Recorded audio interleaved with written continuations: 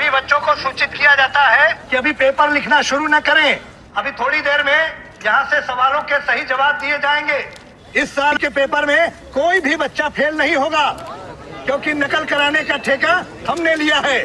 नमस्कार विद्यार्थियों, जैसा कि आप यहाँ पर देख सकते हैं, हमारे हाथ में आ चुका है वार्षिक मूल्यांकन वर्कशीट 2022 कक्षा 6 के विषय गणित का यहाँ पर 110% रियल पेपर। जी हाँ विद्यार्थियों, इस वीडियो में आपको पूरे प्रश्न क्रमांक आपके 1 से लेकर 24 तक के उत्तर आपको इसी एक वीडियो में दिखाने वाला हूँ। अभी मजा आएगा ना। पूरा मैं यहाँ पर आपके लिए पेपर सोल्व करके लेकर आ गया हूँ। पूरे पेपर का आपको उत्तर इस वीडियो में देखने को मिलने वाला है। तो विद्यार्थियों यहाँ पर आप देख सकते हैं, यदि आप इस पेपर को पूरा रट लेते हो, एक एक क्वेश्चन को यदि आप रट लेते हो, तो आपको जो है पूरा सेम टू सेम पेपर आने वाला है। और आप परीक्षा में कल के एग्जाम में आप 60 में से 60 नंबर लेकर आप भोकाल मचाकर आने वाले हो। रहा नहीं जाता, तड़प ही ऐसी है ना। रुको जरा, सबर करो। बोला धक्का बुक्की नहीं करने का, आराम से लेने का। जी हाँ विद्यार्थियों, इसके बाद ना तो आपका एक क्वेश्चन पूछा जाएगा, ना ही आपको एक भी क्वेश्चन अलग से पढ़ने की आवश्यकता है। ठीक है, यहाँ पर देखिए विद्यार्थियों, आपको जो है यहाँ पर अपना नाम लिखना है, यहाँ पर आपको अपने अपने पापा का नाम लिखना है, यहाँ पर आपको अपने स्कूल का नाम, यहाँ पर आपकी कक्षा का नाम आपको लिख देना है। ठीक है, यहाँ पर आप जैसे कि देख सकते हैं 24 क्वेश्चन आपके रहने वाले है। तो यहाँ पर विद्यार्थियों आपको हमारी जोरदार मेहनत के लिए इस वीडियो को दिल की गहराई से आपको लाइक कर देना है। साथ ही चैनल पर नया हो तो चैनल को सब्सक्राइब करके बेल नोटिफिकेशन ऑन कर लेना है, ताकि हम जैसे ही कोई नया वीडियो अपलोड करें आपको उसका तुरंत नोटिफिकेशन मिल जाए। ठीक है, एक तो लाइक और शेयर ठोक दीजिए, महाकाल का दबाकर लाइक और शेयर ठोक दीजिए। 5000 लौटे दिख जाना चाहिए। ये 4000 के लिए मैं यहाँ पे नहीं खड़ा हूँ, पूरा साल मेहनत करता हूँ आपके लिए बेटा। ऐसा नहीं चलेगा, ऐसा नहीं चलेगा। लाइक ठोकी, दबा के लाइक ठोकिए। यहाँ पे देखिए, ऐसा क्वेश्चन चुटकी बजाते सॉल्व करना सिखा दे। तो विद्यार्थियों पूरा मैं आपको एक्सप्लेनेशन यहाँ पर देने वाला हूँ, ताकि आप इजीली तरीके से प्रैक्टिस कर सके और आपको रटने की आवश्यकता ना पड़े, और आप कल के पेपर में पूरा का पूरा छाप कर आप 60 में से 60 नंबर लेकर आ जाओ। थोड़ा सा वीडियो लंबा हो सकता है, लेकिन वीडियो को पूरा अंत तक देखिएगा, पूरे कॉन्सेप्ट आपके क्लियर हो जाएंगे। तो आओ यार, अपने कान में ईयरफोन्स डाल लो। क्या डाल भी लिए? बहुत तेज हो रहा है, बहुत तेज हो रहा सालो। खरा शुरू कर। तो देखिए यहाँ पर आपको जो है वर्कशीट पर आपको कार्य आरंभ करना है। खंड आ है, प्रश्न क्रमांक 1 से लेकर 10 तक में आपको जो है बहुविकल्पी प्रश्न यहाँ पर रहने वाले है। ओके, तो देखिए प्रश्न को पढ़कर हम यहाँ पर उत्तर देंगे। प्रश्न क्रमांक 1 आपको दिया है, ज्यामिति में एक सूक्ष्म चिन्ह जो कि एक स्थिति निर्धारित करता है क्या कहलाता है। देखिए जो ज्यामिति होती है, जो ग्राफ होता है, उसमें एक बिंदु होता है, उसे हम क्या कहते हैं विद्यार्थियों? हम उसे कहते हैं बिंदु। ऑप्शन नंबर बा आपको करेक्ट हो जाएगा। अब देखिए मैं यहाँ पर जिस प्रकार टिक कर रहा हूँ, आपको परीक्षा में उस तरीके से टिक नहीं करना है, केवल मैं आपको समझाने के लिए यहाँ पर कर रहा हूँ। और आपको जो उत्तर है विद्यार्थी, उत्तर आपको जो है हल्के सामने लिखना है प्रत्येक प्रश्न के, जहां पर आपको लिखने की जगह दी रहेगी। ठीक है, अब देखिए दूसरा क्वेश्चन आपको दिया है, रोहन पत्र पत्रिकाओं पर 20 रुपए प्रति माह खर्च करता है, यह उसके जेब खर्च का 10% है, उसका जेब खर्च रुपए में कितना है? तो देखिए विद्यार्थियों यहाँ पर आपको क्या दिया है, देखिए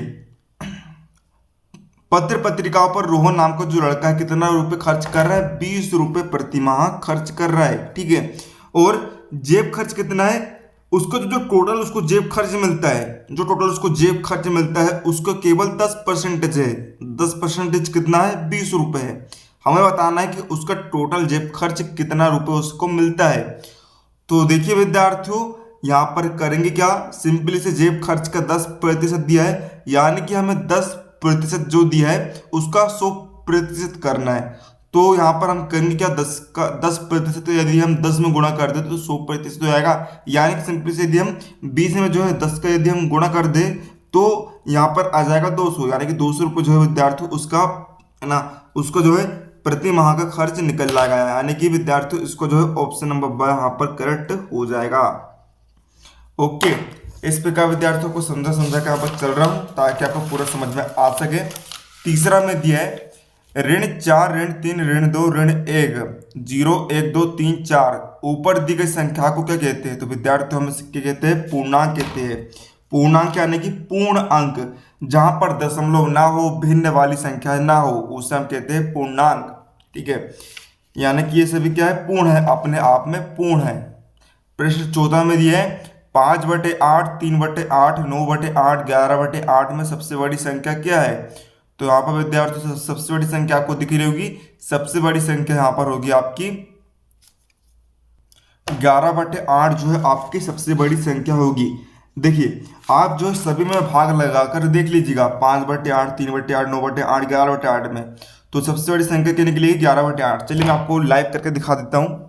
जैसे कि मैंने यहाँ पर खोला मोबाइल, ठीक है, देखिए मोबाइल खोला हूँ, देखिए 5/8 करके देख लेते हम। 5/8 तो कितना आ रहा है विद्यार्थियों? 0। देखिए रुकिए देखिए 5/8 कितना आ रहा है? 0.625। इसे आप नोट कर लीजिए। इसके बाद यहाँ पर हम करके देखते हैं 11/8, तो 11/8 तो कितना आ रहा है? 1.375। अब आप बताइए 0.675 में और 1.375 में से सबसे बड़ी संख्या कौन सी है? ये है ना। मतलब विद्यार्थियों 11/8 जो है आपकी सबसे बड़ी संख्या यहाँ पर हो जाएगी। तो इस प्रकार आप जो सोल्व कर सकते हैं, है ना। अब बढ़ते विद्यार्थियों यहाँ पर अगले क्वेश्चन की तरफ। प्रश्न 5वां में दिया है निम्न सारणी में 6 विद्यार्थियों के गणित विषय में प्राप्तांक आपको दिए गए हैं। ठीक है, तो देखिए यहाँ पर आपको देखिए दिए गए है किसी इन विद्यार्थियों ने जो है परीक्षा दी थी और उनको विभिन्न अंक यहाँ पर प्राप्त हुए।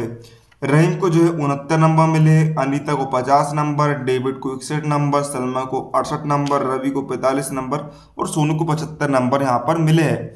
तो आपको बताना है कितने विद्यार्थियों ने जो है 60 से 70 नंबर के बीच में जो है अंक प्राप्त किए। तो सिंपली से हम करेंगे क्या? यहाँ पर ढूंढेंगे। तो देखिए रहीम 69, 61, 68 और बस 3 विद्यार्थियों जो है 60 से 70 नंबर के बीच में अंक प्राप्त हुए। 60 से 70 अंक के बीच में कौन कौन से नंबर आते हैं? 69, 61, 68। यानी कि 3 विद्यार्थी जो है यहाँ पर 60 से 70 के मध्य अंक प्राप्त किए हैं। ऑप्शन नंबर बा यहाँ पर करेक्ट हो जाएगा। अगला क्वेश्चन दिया है एक आयताकार गत्ते का क्षेत्रफल 60 वर्ग सेंटीमीटर है तथा इसकी चौड़ाई 5 सेंटीमीटर है, तो गत्ते की लंबाई क्या होगी? तो यहाँ पर देखिए विद्यार्थियों, देखिए गत्ते का क्षेत्रफल आपको दिए 60 वर्ग सेंटीमीटर, चौड़ाई है 5 सेंटीमीटर, तो गत्ते की लंबाई यहाँ पर हो जाएगी विद्यार्थियों 12 सेंटीमीटर। ऑप्शन नंबर यहाँ पर करेक्ट हो जाएगा। ठीक है, प्रश्न 7वां दिया है सरिता के पास अमीना से 20 कंचे ज्यादा है।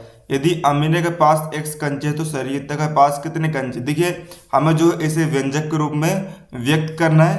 देखिए अमीना के पास क्या मान ली है? x कंचे। तो देखिए क्या कह रहा है? सर अमीना के पास कितने हैं? x कंचे। सरिता के पास अमीना से 20 कंचे ज्यादा है। अमीना के पास कंचे कितने हैं? x। तो मतलब विद्यार्थी यहाँ पर हो जाएगा x से कितने ज्यादा है? 20 कंचे, यानी कि विद्यार्थियों x धन 20 यहाँ पर ऑप्शन नंबर सा यहाँ पर करेक्ट हो जाएगा। 2/5 का तुल्य अनुपात क्या है? तो यानी कि तुल्य अनुपात यानी कि इसके जैसे ही बराबर में अनुपात कौन सा होगा? इसका होगा ऑप्शन नंबर डी।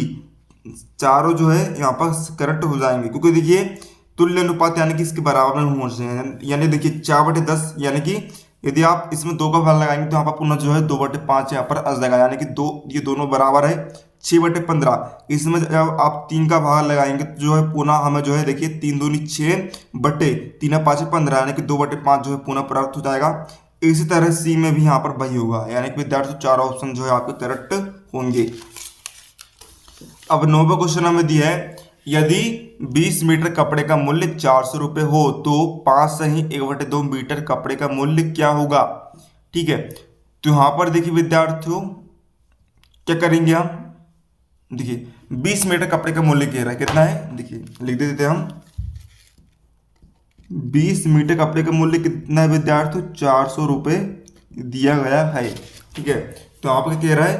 5 सही 1/2, यानी कि देखिए सबसे पहले हम करेंगे क्या? 5 सही 1/2 को जो है हम यहाँ पर भिन्न में चेंज करेंगे। देखिए किस प्रकार करेंगे? ये सही भिन्न है ना। देखिए 5 दूनी 10, 10 और 1 11 हो गया, 11/2, 11/2 यहाँ पर आ गया। और देखिएगा जब आप 11/2 करेंगे तो विद्यार्थी कितना आएगा, 5.5 यहाँ पर आएगा, यानी कि इतना मीटर को हिंदी हमने कन्वर्ट करे एग्जैक्ट एक्यूरेट वैल्यूशन में, तो यहाँ पर आया है 5.5 मीटर।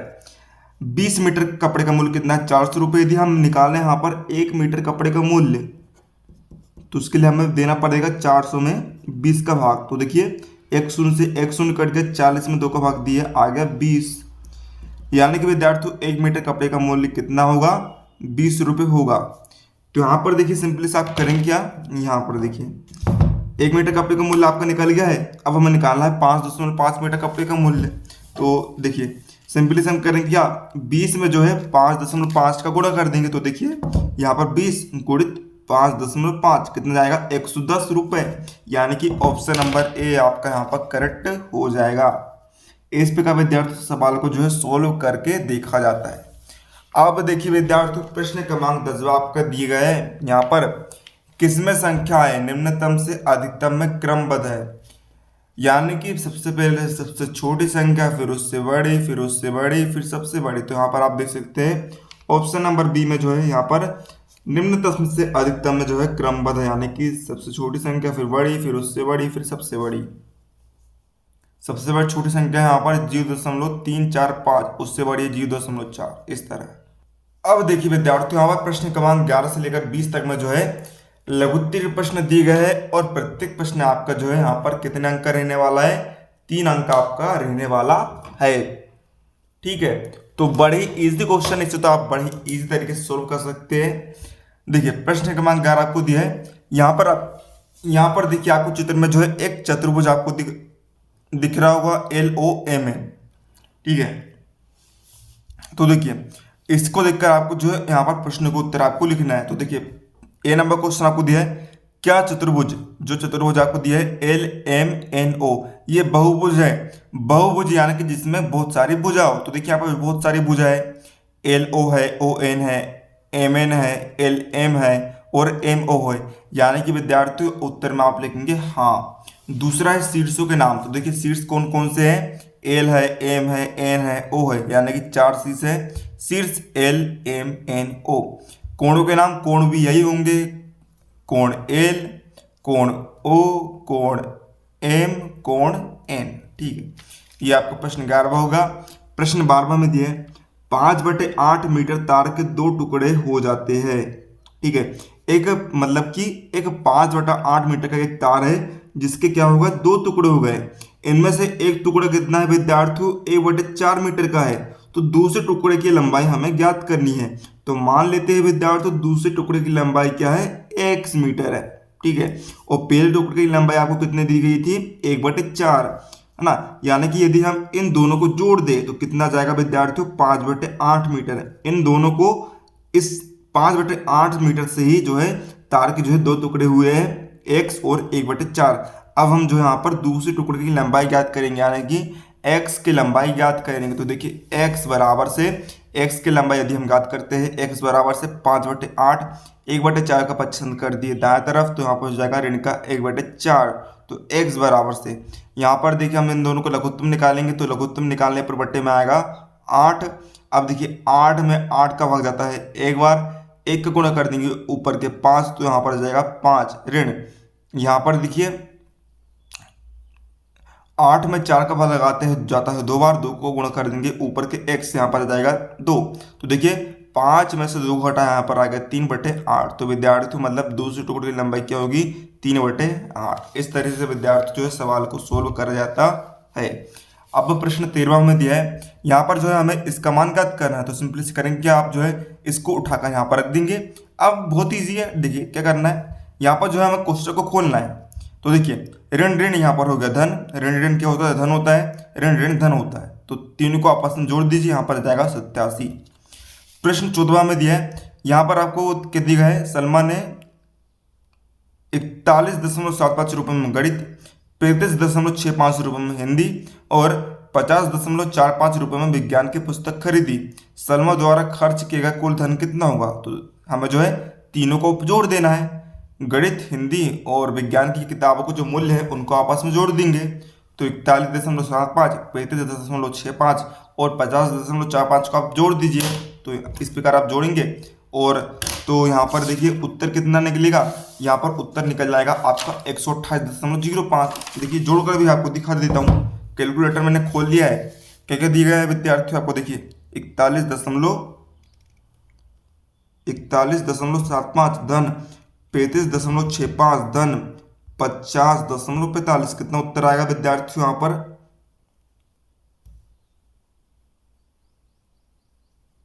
यहाँ पर उत्तर आएगा 127.85 जो है इसका उत्तर आ जाएगा। यहाँ पर मिस्टेक हो गई है, यहाँ पर उत्तर में आप लिखेंगे, उत्तर में आपको लिखना है क्या 127.85 रुपए। ओके, अब देखिए प्रश्न 15वां में दिया है, वर्ष 2000 से 2004 के बीच एक फैक्ट्री द्वारा निर्मित साइकिलों की संख्या निम्न सारणी में दी गई है। यानी कि कौन से वर्ष में जो है कितनी साइकिल का निर्माण हुआ है वह आपको दिया गया है। जैसे कि वर्ष 2000 में आपको 900 साइकिल का निर्माण हुआ है, 2001 में 700, 2002 में 100,000, 2003 में 1200, 2004 में 1300। तो हमें जो है इस सारणी को पढ़कर उत्तर देने हैं। तो देखिए पहला क्वेश्चन आपको दिया, किस वर्ष में अधिकतम साइकिल का निर्माण किया गया है। तो देखिए ढूंढिए वह साल जब जो है सबसे अधिक साइकिल का निर्माण किया गया है। तो वह वर्ष है 2004 में जो है सबसे अधिक साइकिल का निर्माण किया गया है 1300। और किस वर्ष में न्यूनतम साइकिल का निर्माण किया गया है, तो वह वर्ष है 2001, सबसे कम 700 साइकिल का यहाँ पर निर्माण किया गया है। अब देखिए विद्यार्थियों प्रश्न 16 यहाँ पर आ जाता है, एक समपंचभुज का परिमाप कितना है, 250 सेंटीमीटर है। यानी कि ऐसा भुज जो है 5 बराबर भुजाओं से मिलकर बना है उसे कहते हैं समपंचभुज। तो उसका परिमाप कितना 250 सेंटीमीटर है। प्रत्येक भुज की लंबाई ज्ञात करना है। तो देखिए सिंपल सा है, यहाँ पर आपको दिया गया है समपंचभुज का परिमाप कितना है 250 सेंटीमीटर। यानी कि हमें जो प्रत्येक भुज की लंबाई ज्ञात करनी है, तो ऑलरेडी आपको पता है 5 भुजाओं से निर्माण हुआ है। यानी कि हम यदि हमें जो है प्रत्येक भुज की लंबाई ज्ञात करनी है तो हमें 250 में जो है 5 से भाग दे देंगे, तो यहाँ पर आ जाएगा 50 सेंटीमीटर। यही आपको उत्तर कहलाएगा। प्रश्न 17वां आपको दिया है, यहाँ पर आपको जो है व्यंजक लिखना है। देखिए क्या दिया है, पहला बाय में 7 जोड़ना यानी कि बाय धन 7, जेड में से 5 घटाना है कि जेड ऋण 5, बड़ा ईजी है। प्रश्न 18 बड़ा ईजी है, एक आयताकार मैदान की लंबाई और चौड़ाई क्रमशः 30 मीटर और 15 मीटर है। मैदान की लंबाई का चौड़ाई में अनुपात ज्ञात आपको करना है। ठीक है, तो देखिए सिंपली से हम लिखते हैं, यहाँ पर लंबाई आपको दी गई है 30 मीटर और चौड़ाई आपको दी गई है 15 मीटर। हमें लंबाई और चौड़ाई का अनुपात ज्ञात करना। तो देखिए लिख दिया हमने लंबाई अनुपात चौड़ाई, लंबाई 30 अनुपात चौड़ाई 15। तो देखिए यहाँ पर भाग लगा दीजिए आप। तो देखिए 15 दूनी 30 अनुपात 15 एकम 15, 2 अनुपात 1। अब प्रश्न 19वां में जो है एक क्वेश्चन है, 6 सैकड़ा 2 दहाइया 5 इकाइया और 8 दशांश को दशमलव रूप में लिखिए। तो इसका उत्तर आ जाएगा 625.8। यहाँ पर है, इसको जो है आपको हल करना है। तो देखिए यहाँ पर क्या करेगा यह विद्यार्थियों, देखिए यहाँ पर भाई लिख दिया गया है, यहाँ पर जो है ऐसे मिश्र भिन्न से जो है सम भिन्न में कन्वर्ट किया गया है। 5 एकम 5, 5 और 1 6/5 धन 5 दूनी 10, 10 और 3 13, 13/5। इसे हल कर लीजिए, बटे में 5 और ऊपर जोड़ दीजिए 13 धन 6, 19 हो गया, 19/5। अब प्रश्न 20 आपको दिया गया विद्यार्थियों, यहाँ पर क्या प्रश्न 20 आपको दिया गया है, 5 सेंटीमीटर लंबाई का एक रेखाखंड AB आपको खींचना है। सिंपली से आप करेंगे क्या, आप उठाएंगे यहाँ पर स्केल, इसको उठाया आपने, 0 से शुरू करा आपने और 5 तक आपने ले गए, कितना हो गया 5 सेंटीमीटर के यहाँ पर AB का एक रेखाखंड यहाँ पर हो गया। आपने नाम दे दिया यहाँ पर क्या, 5 सेंटीमीटर आपने जो है यहाँ पर आपने नाम दे दिया। और आपको लंब समद्विभाजक खींचना है कि आप जो चाप लगा दीजिए, कैसे भी आप चाप लगा दीजिए इस टाइप में। अब देखिए विद्यार्थी प्रश्न 21वां आ गया यहाँ पर, क्या दी गई प्रश्न 21वां, किसी वर्ष के प्रथम 4 महीनों में किसी विश्राम गृह के लिए खरीदे गए बिजली के बल्बों की संख्या निम्नलिखित है। 5 अंक का प्रश्न है, प्रश्न 21 से लेकर 24 तक में। तो यहाँ पर देखिए आपको दी गए कितने महीने में कितने बल्ब खरीदे गए हैं। जनवरी महीने में 20 बल्ब खरीदे हैं, फरवरी में 26, मार्च में 30, अप्रैल में 34। हमें जो इसे एक चित्र को जो आलेख होता है उसको द्वारा निरूपित करना है। तो इस प्रकार जो चित्र का आलेख बनाया गया है, देखिए यहाँ पर जो यहाँ पर हमने लिखी है बल्बों की संख्या, यहाँ पर जो है महीनों के नाम। तो देखिए यहाँ पर इस प्रकार आप 0 लिख देंगे। देखिए जनवरी के लिए इस प्रकार दर्शाया है, फरवरी के लिए इस प्रकार, मार्च के लिए और अप्रैल के लिए। देखिए जनवरी में कितने बल्ब खरीदे? 20। यहाँ पर हमने जो 10 का गैप ले लिया है क्योंकि अधिकतम जो है 34 जा रहा है, तो हमने जो 10 का गैप ले लिया है, 10, 20, 30, 40। जनवरी में 20 बल्ब खरीदे, यानी कि हम जो है इसे जो है 20 तक यहाँ पर पहुँचा दिया। फरवरी को हमने 26 तक पहुँचा है। आप अनुमान लगाइए 20 से लेकर 30 तक में कहाँ तक जाएगा, आप उस हिसाब से यहाँ पर इसको पहुँचा दीजिए 26। मार्च में 30 और अप्रैल में 34, इस प्रकार पहुँचा दिए। बड़ा ईजी है। अब प्रश्न है 22वां में दिया है, यहाँ पर चित्र को देखकर हमें जो है यहाँ पर नाम लिखने हैं। पहला आपको दिया है व्रत का व्यास। व्रत का व्यास यहाँ पर क्या है? देखिए ये आपका व्रत है, व्रत का व्यास यहाँ पर क्या होगा? COD। दूसरा एक जीवा, जीवा यहाँ पर क्या होगी? AB। दो बिंदु को मिलाने वाली रेखा जीवा कहलाती है। त्रिज्या क्या है? त्रिज्या यहाँ पर होगी OC। व्यास का आधा त्रिज्या कहलाती है। व्यास क्या है? COD, इसका आधा CO, या फिर हम इसे OD भी लिख सकते हैं। चौथा है केंद्र, तो केंद्र यहाँ पर क्या है? O है। ओके, तो 20 मिनट में देखिए मैंने आपको जो पूरा एक्सप्लेन यहाँ पर कर दिया हूँ। अब प्रश्न 23 आपको दिया है, एक धागे का टुकड़ा 120 सेंटीमीटर का है, प्रत्येक भुजा की लंबाई क्या होगी यदि धागे से बनाया जाता है? तो इस प्रकार आप जो सोल्व कर देंगे आपका आंसर निकल जाएगा। प्रश्न 24 में दिया, जांच कीजिए कि दिए गए अनुपात समान है, अर्थात वे समानुपात में है, यदि हाँ तो उन्हें सही रूप में लिखिए। देखिए उदाहरण के लिए आपको यहाँ पर देके बताया है 1:5 और 3:15। तो देखिए समानुपात में है, समानुपात यानी कि दोनों जो है समान अनुपात में है या फिर नहीं। जैसे कि देखिए यहाँ पर आपको दिया है 1:5 और 3:15। तो देखिए यहाँ पर यानी कि ये जो दोनों जो है एक दूसरे के तुल्य होनी चाहिए, यानी कि बराबर होनी चाहिए। तो यहाँ पर 1:5 है, यहाँ पर 3:15 है। 3:15 में आप 3 का भाग लगाइए, यहाँ पर जो है पुनः 1:5 आ जाएगा, यानी कि दोनों जो है बराबर है, यानी कि समानुपात में है। यहाँ पर लिखा गया हाँ समानुपात में है। सही रूप किस प्रकार लिखेंगे? 1:5, समानुपात का चिन्ह लगाए, समानुपात का चिन्ह यह होता है 3:15। इसी प्रकार दूसरा दिया है 2, 9 और 18, 81। तो देखिए यहाँ पर यदि आप 18, 81 में 2 का भाग लगाएंगे तो यहाँ 9 का भाग लगाएंगे तो यहाँ पर क्या आएगा? 18 में 9 का भाग लगाया, यहाँ पर आएगा 2, अनुपात 81 में 9 का भाग लगाया, यहाँ पर आ गया 9, यानी कि 2 और 9 दोनों जो है बराबर है, यानी कि हाँ समानुपात में है। तो इसका सही रूप इस प्रकार हो जाएगा 2:9 समानुपात 18, 81। 5:25 और 15:45 ये समानुपात में नहीं है। समानुपात क्या होगा? सही रूप आपका ये वाला हो जाएगा। इस प्रकार आपका जो है पूरा पेपर हमने सोल्व यहाँ पर करवा दिया है। उम्मीद आपको वीडियो पूरा समझ में आ गया होगा। कमेंट करके बताइए वीडियो आपको कैसा लगा। मिलते हैं आपको अगले किसी नए वीडियो, तब तक के लिए जय हिंद, जय भारत।